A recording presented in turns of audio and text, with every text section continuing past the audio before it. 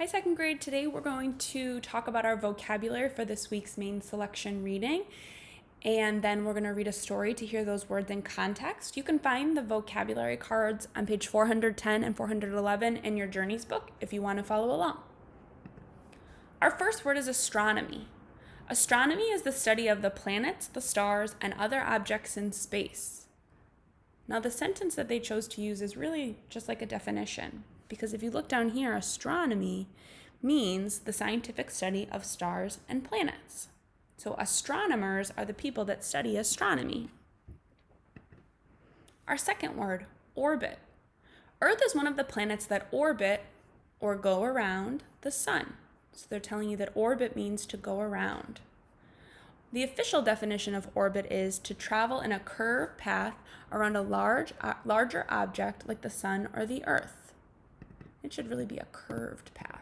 So if you think about the earth going around the sun, there's a path that's curved. It goes around like this.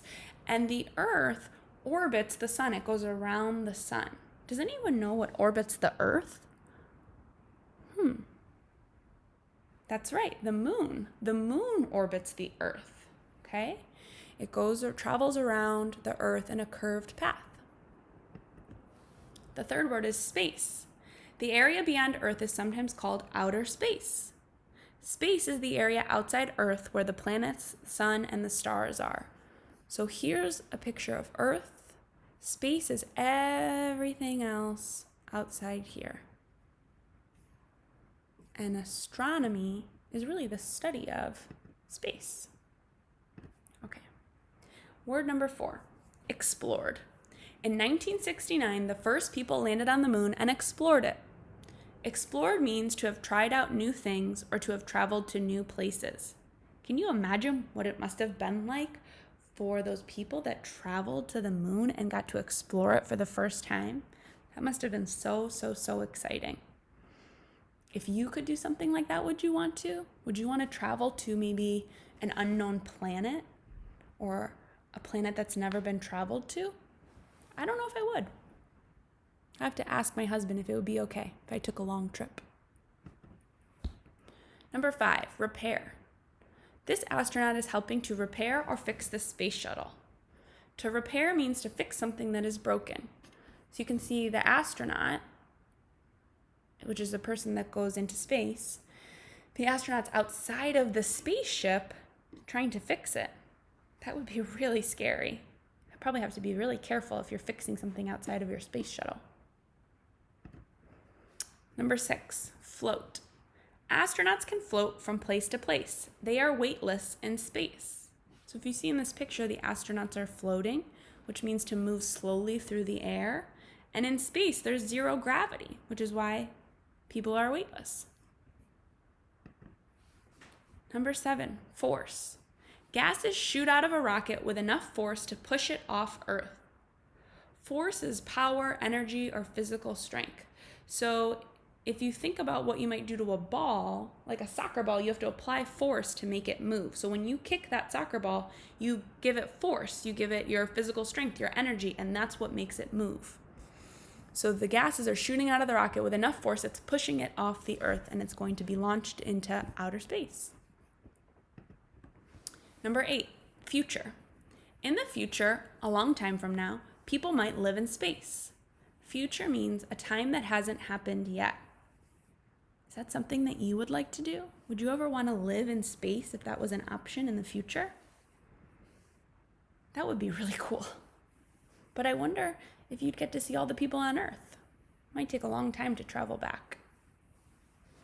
Okay, now we're going to read a story so you can hear the vocabulary words in context. Remember, our words are explored, force, future, space, orbit, repair, float, and astronomy. So they're bold and they're highlighted in yellow. And you can follow along with me as I read, or you can just listen. I'm going to read it aloud from my book. Solving problems with new inventions. Did you ever see a simple invention and wonder, now, why didn't I think of that? Well, some inventions might look easy, but it takes imagination to come up with a new idea.